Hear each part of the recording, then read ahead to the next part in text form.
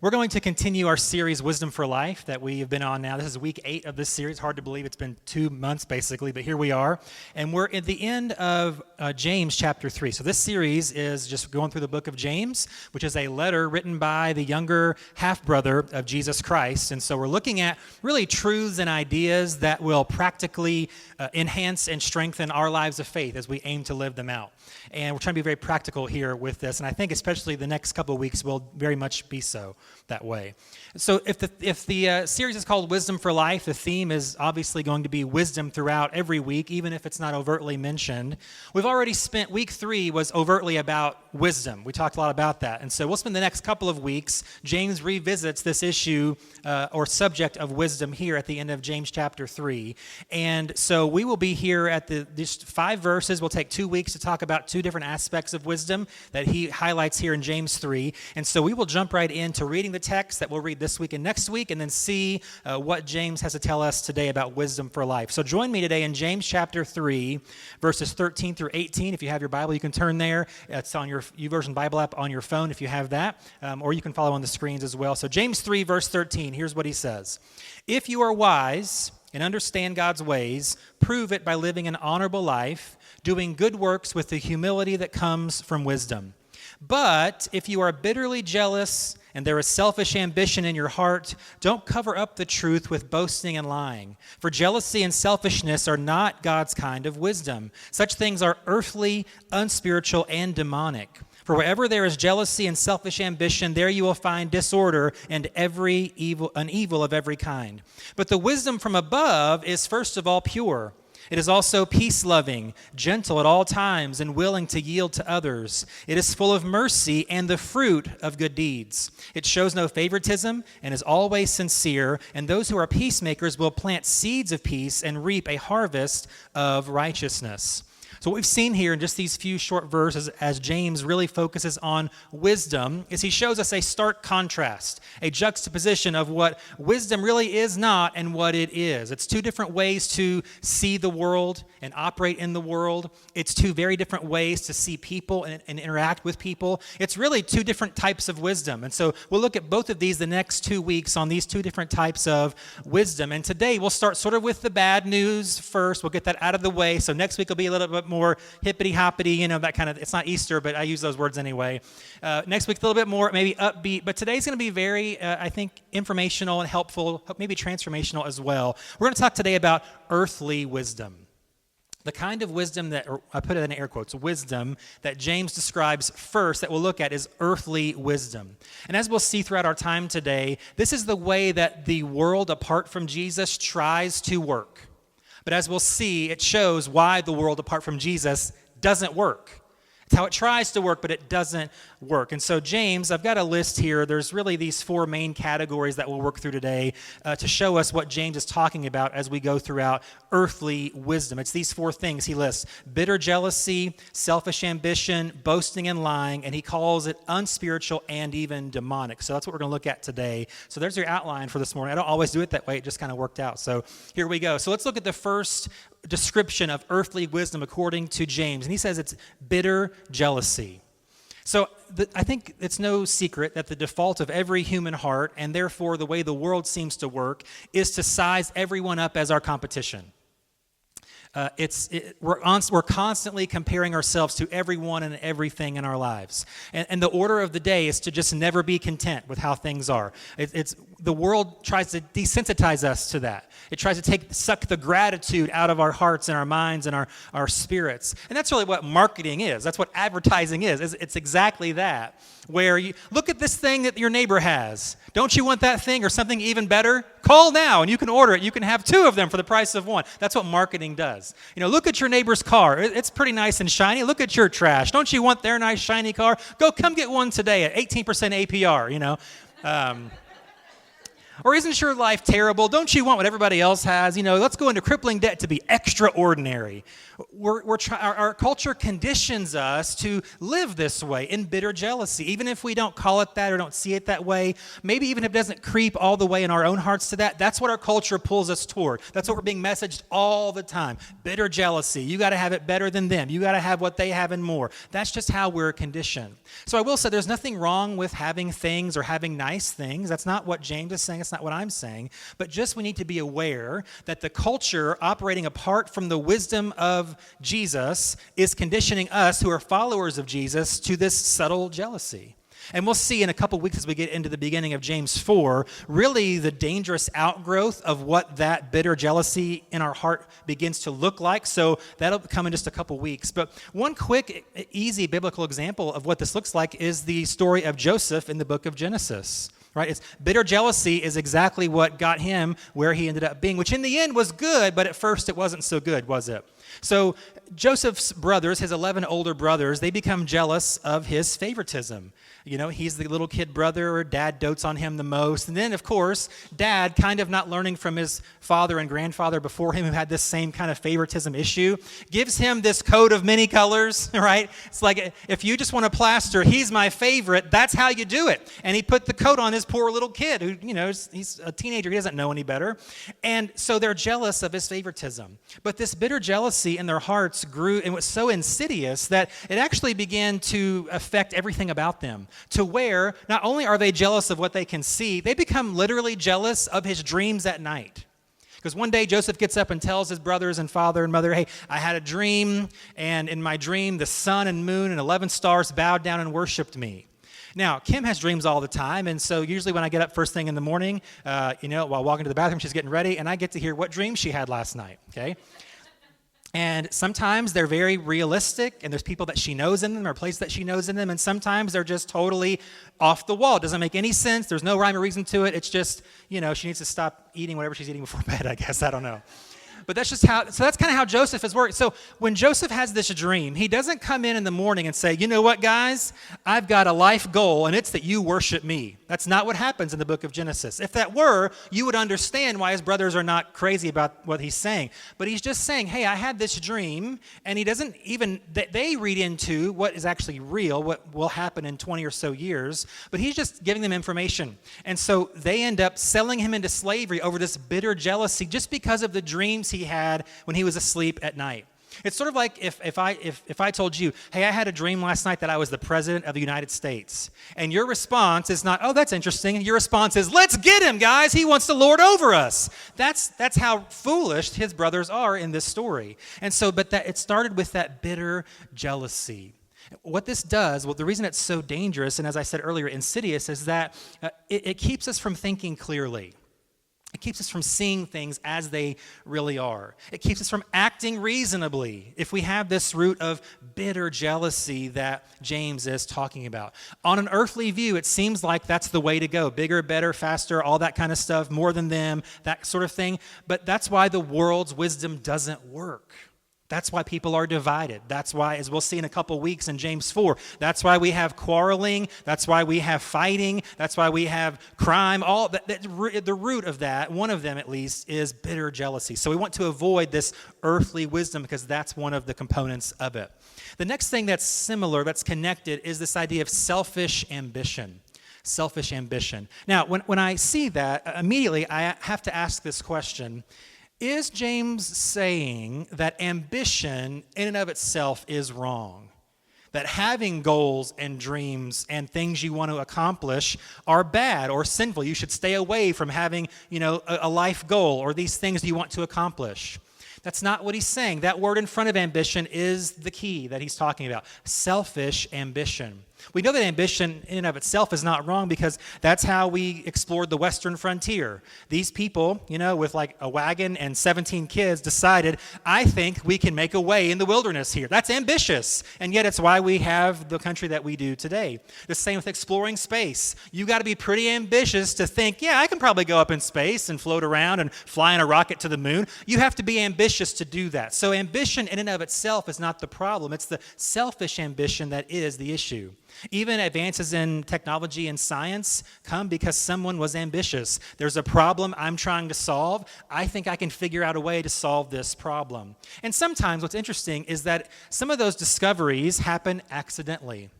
To give you an example, we have a picture here of Charles Goodyear. You might recognize, maybe not his first name, but you recognize his last name for sure. So Charles Goodyear was born in the year 1800, and he was involved even as a teenager in manufacturing. His father owned a manufacturing business even as a young boy, as a teenager. So when he grew up, he was 26 years old, married, young children. He moved to Philadelphia to open a hardware store, and for a couple of years, the business was really taking off. Things were going well. He was getting pretty well to do, and then suddenly he had a lot of health issues in the late 1820s, and he had to shutter his business, and he was basically penniless and poor and destitute. But he was ambitious, and so he didn't give up. And so in around 1831, after he kind of gets over his bout of sickness, he starts working with what they call natural rubber, what he called gum elastic. And what he tried to do for the next 7-8 years was find practical uses for this really useless thing. So he has ambition, but it's not selfless. He's trying to find reasons and ways to make it useful. So he tried to improve life preservers, didn't quite work the way he thought at first. He tried to actually find, rubber on the bottom of shoes. Maybe that'll be helpful. It didn't quite work because the gum was too sticky and it wasn't practical for use. But he was ambitious and didn't give up. So what he tried to do is, hey, how can I combine other things with this gum elastic to make it do what I think it can do? I think I can solve the problem. I think I can find a use for this material. And so he tried to mix it with even different gases, like he would gas himself out by accident in these experiments, and it was kind of a dangerous thing. And so he's mixing this gum elastic with sulfur, and he's maybe making some progress. And what happens, the story goes, that as he's mixing these two things together, he drops it onto this hot stove. And so once he gets it up really quickly, he discovers that heat was the missing ingredient. When he mixed the sulfur and the gum elastic together and applied the proper heat, first it took away the sticky factor, so it made it practical. It also hardened and strengthened the rubber, which is the main thing, the main breakthrough that caused us to have the tires that we have today with his name printed on many of them. So this was called vulcanized rubber, and so it was live long and prosper was their motto. Someone got that?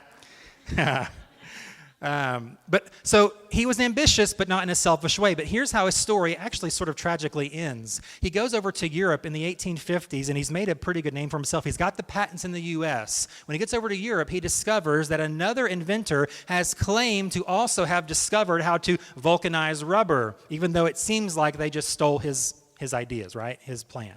And so that in his ambition, he says, well, I'm going to try to fight this because this is my livelihood, this is my name, this is everything. So he fights this in the courts and loses, and actually Charles Goodyear dies penniless and a failure. It wasn't until 40 years after his death when someone else started this tire company that they named it after him, knowing that he was the reason that they have this vulcanized rubber to make these tires for their vehicles. What I want to focus on, though, is this quote that he wrote. So despite all the sickness and setbacks and hardship, even in his ambition, here is what he wrote. The advantages of a career in life should not be estimated exclusively by the standard of dollars and cents, as is too often done. Man has just cause for regret when he sows and no one reaps. So he's not saying, hey, I'm sad because I'm penniless and destitute. No, he's saying that you have regret when you try to do something and you don't get and someone else doesn't get the benefit from it. So you can see even in this, his unselfish ambition. It's what drove him forward. It's why he has this company named after him 200 or 125 years even after his death. So we see this. Ambition can be a positive thing. It can be a net good. But again, an example from the book of Genesis, again, of selfish ambition that might be a little strange is the story of the Tower of Babel in Genesis 11. So these people get together and they build this city and they want to build this huge tower, probably more like a ziggurat, which could have been part of the problem. It could have been worship of another god, which may have been part of the issue. But what we know from the story is their motivation for building the tower and why God thwarted their plan. So look at this, Genesis 11, verse 4. Here's their motivation for building this tower. Then they said, come, let's build a great city for ourselves, with a tower that reaches into the sky. This will make us famous and keep us from being scattered all over the world. You see, their motivation there was really selfish ambition, which is why I think overtly we can see that God stopped their plan. So there's nothing wrong with ambition, but even in your life and my life, when we have goals and dreams and desires, what we have to be careful of is to check our motivation and then check the method by which we try to achieve that ambition.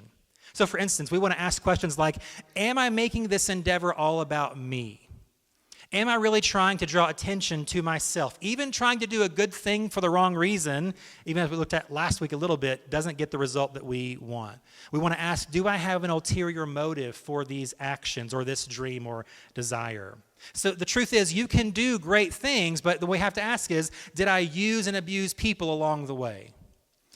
It's fine to climb the social ladder, the professional ladder, but how many fingers did I step on along the way? How many people did I crush to push myself up to where I am now? Ambition is not the issue. It's the selfish ambition that causes these issues. And that's the way the world seems to want to work. It doesn't matter who, everyone's disposable as long as you can achieve your dream. As long as you can do whatever you want, it doesn't matter who gets in your way. That's what elbows are for. And so that's what our world says, but that's why the world doesn't work. It's selfish ambition that drives our current modern world, and that's why it doesn't work.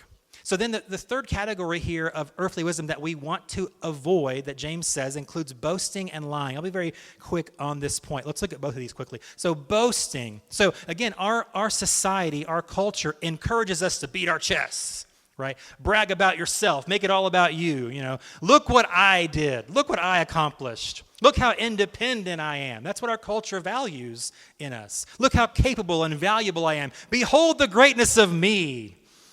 And that it sounds ridiculous, but that's what our modern culture rewards, is that sort of mindset and behavior. So we have to avoid living like the rest of the world if we want to live according to how Jesus wants us to, as James is saying here. And even when you say that, it just, feels kind of gross. Even in sports, they have taunting rules, If you, in basketball, you get a technical foul, the other team gets the ball and free throws because of taunting. It's this boasting that they want to, even in our sports, they want to do that. You get a flag and a 15-yard penalty in football if you stare down the defender that you just trucked, It's like everything inside of me wants to let them know I'm better than them, but it's going to cost the team, so I need to kind of lay off that. So the boasting here is what we want to avoid, even though earthly wisdom says, yeah, brag on you, pat yourself on the back, you deserve it. You're the best. You're the most amazing. It's like we want to try to trim that down and see a better way, which we'll get into a little bit next week when we look at heavenly wisdom. And then lying, he says. So lying in general is wrong. I think we all can agree with that, But what exactly in this context is James talking about here? Well, it's connected with this bitter jealousy and selfish ambition. So there's two ways that I think we see this in our culture. Sometimes what we do, and I know that this term is maybe overused, but it applies here. Sometimes we gaslight people, right? So I have crushed people along the way, but no, I really didn't do that. Or, yeah, I made it all about me, but no, I really did it for good reasons. Well, no, the evidence shows otherwise. Like the proof of your life shows otherwise. But our culture is like, no, whatever you can do to get ahead, do it. Whatever lies you got to tell, do it. Whatever you got to cover up later, do it. And so we want to avoid that mindset. The other way that this happens in our culture is this idea of the ends justifying the means. I think that's a main lie of earthly wisdom. So it's like you got to break a few eggs to make an omelet, right? It's just how it is. And sure, if I'm making an omelet, yes. But if it's like people, then probably I want to avoid that method, of treating people that way. So for instance, it's like, yeah, I lost my family, but I got that promotion. The world would say, good for you. But like James is like, no, that's not how this is designed to go. Yeah, I lost my integrity, but I made that big sale. It's like, so what? Or, yeah, I'm in mental turmoil and burnout, but I'm rich.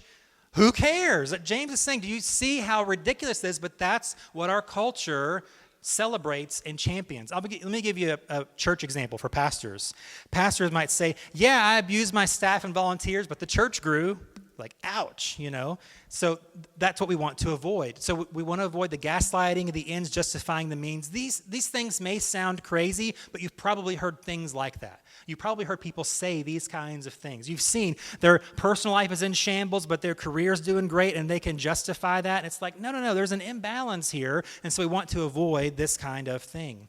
And it's like what Jesus, the older brother of James, said. He said, what does it profit a man if he gains the whole world but loses his own soul? And what can man give in exchange for his soul? The culture wants to focus on the here and now. That's the main issue. But James is saying, no, there's something bigger. There's something greater. There's something spiritual. There's something long-term that we should aim for. And so we want to avoid this earthly wisdom. We want to avoid this way of the world.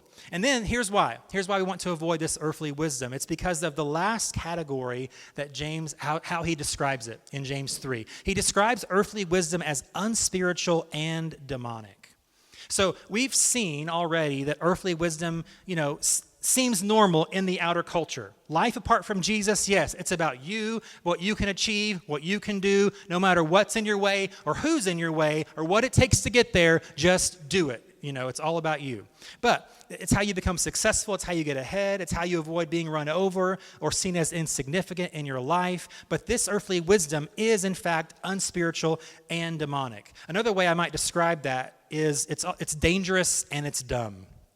Earthly wisdom is dangerous and dumb. Let's look at the scripture, 1 Corinthians 2, 6 through 8. Paul here is going to show us why, in fact, earthly wisdom is dangerous and dumb at the same time. 1 Corinthians chapter 2, verses 6 through 8. Here's what Paul says. He says, "Yet when I'm among mature believers, I do speak with words of wisdom, but not the kind of wisdom that belongs to this world or to the rulers of this world who are soon forgotten. No, the wisdom we speak of is the mystery of God, his plan that was previously hidden, even though he made it for our ultimate glory before the world began. But the rulers of this world have not understood it. If they had, they would not have crucified our glorious Lord." So Paul, in agreeing with James here, is saying, do you know what earthly wisdom did? Earthly wisdom murdered Jesus Christ. That's how smart our culture is. That's how in the know our leaders are, is that they would not see what should be obvious to them, and they murdered the person they were waiting for. That's why it's dangerous and dumb. So the religious leaders in the days of Jesus had all these elements of earthly wisdom. They were bitterly jealous of his star rising in their community. They were selfishly ambitious about keeping the power to themselves and lording it over the people. They constantly boasted of their accomplishments. They lied and misled the people they were supposed to care for, and it led to murdering not just a good man, not just an innocent man, but a perfect man, and in fact, the Son of God. That's how dangerous earthly wisdom can be. But it's also dumb, because these people had been waiting for the one they ended up killing. That's like the definition of dumb to me. So for hundreds of years, these Pharisees, Sadducees, priests, Levites, they'd all been reading the prophecies of Isaiah, Jeremiah, all the Old Testament prophets, and they're talking about the one who will come, the Messiah who will come, the Savior who will come. And guess what? He came in their lifetime in flesh. They could see him, they could touch him, they could hear him, and yet they rejected him anyway. That's how dumb earthly wisdom really is. What you've been waiting for and longing for is right there in front of you, and yet because it didn't come in the way you thought it might, you discard it altogether. It's sort of like this. It's sort of like if I know that you want to go on a dream cruise, and so for Christmas, I got you a ticket to go on your dream cruise. Now, this is not a real scenario, so don't get too excited, okay? This is just for instance, okay? So I bought this ticket for you for your dream cruise, and I put it in a gift bag, and at Christmas, I give you this gift bag. Now, so here's how earthly wisdom works. You tell me the only way that I accept gifts is in a box with a bow. So I'm not going to receive that gift because it's in a bag. And you throw the bag with your dream cruise ticket in the garbage, and then you light it on fire, okay? That's dumb, but that's exactly what earthly wisdom did to Jesus. The gift we've been waiting for and longing for and waiting for hundreds of years is right here in the flesh, ready to bring us into a new age of his kingdom, and we're going to murder him on a cross. That's earthly wisdom. We don't want to do that. So we remember here that James is saying that's what this earthly wisdom does. Let's look at one more verse. Let's go back to verse 16 of James 3 that we started out. And remember how he ends this section about earthly wisdom. In James 3:16, he says, "For wherever there is jealousy and selfish ambition, there you will find disorder and evil of every kind." So we know that disorder is obviously counter to God's way. So we know this because even all the way back in Genesis chapter 1, creation is God making order out of chaos. So if you think about the Hebrew thinking, the ancient Hebrews, here's how they would have thought and seen the creation story. So you have in Genesis 1 and 2, that in the beginning God created the heavens and the earth, but it was void and formless and dark. Okay, so they're seeing that as sort of God building the structure of the universe, but it's still considered chaos. It's chaotic. So then the days of creation is God filling in this chaos and bringing order to it. So that's how they would have seen this idea here with this idea of disorder. So we know that God is a God of order. He says also in the New Testament in 1 Corinthians 14, God is a God of order and peace. So even in that context, he's talking about the way that church gatherings are structured. It can't be chaotic. It can't be a free-for-all. The Spirit's not going to move that way because God doesn't work that way. There's disorder that comes from earthly wisdom, but it is not God's way. I do like, though, how the King James Version, they translate this word disorder as confusion. And I think that's really where earthly wisdom leads us to, is confusion. Earthly wisdom, the problem is that there's no defined standard of morality with earthly wisdom. So it does become a free-for-all culturally, societally, morally.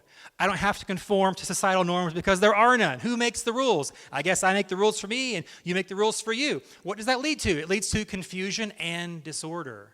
And that selfish ambition comes in as like, I don't really care what God says his rules are because I'm abiding by my own rules, and so I'm going to just do what I want. It causes disorder and confusion. And as James says, it leads to evil of every kind. So it's easy to see, why does our culture call good evil and evil good apart from Christ? Because earthly wisdom leads to disorder, confusion, and evil. Why do we see crime on the rise in different pockets of our country all the time? Because earthly wisdom leads to disorder, confusion, and evil. Why do we have an entire generation of young people who are so sexually confused? It's because earthly wisdom leads to disorder, confusion, and evil. Why do we seem so divided more than ever as a society? Because earthly wisdom leads to disorder, confusion, and evil. The way of the world doesn't work. The wisdom of the world doesn't work because it's not true wisdom.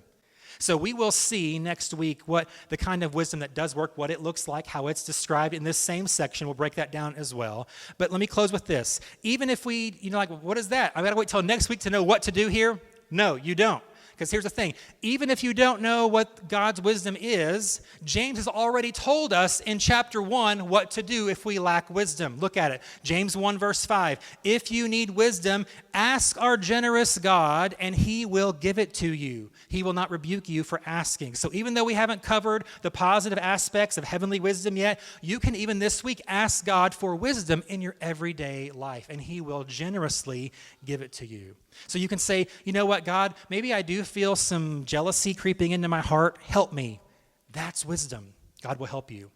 Maybe you ask, am I using others as tools to feed my own ambition? God, help me. That's wisdom. Maybe you would say, you know what, I've tried to justify maybe some of this worldly, earthly wisdom, but God, I know there's a better way. Help me. That's wisdom. Maybe you would say, I've tried to do it my own way for a long time, and here I am, worse off than ever. God, I need a better way. That's wisdom. If we try to operate the way the world works, we're going to get their results, and that's not what we want. So as we'll see it again in detail next week, so be back here for kind of part 2 of this mini-series, I guess. We'll talk about what heavenly wisdom looks like and why it's so useful and helpful. But even when you don't know what to do, you can know to ask God for wisdom, and he will give it to you in any situation that you face, in every relationship that you're in, everything that happens at work, at home, out in town, wherever, whoever, whenever.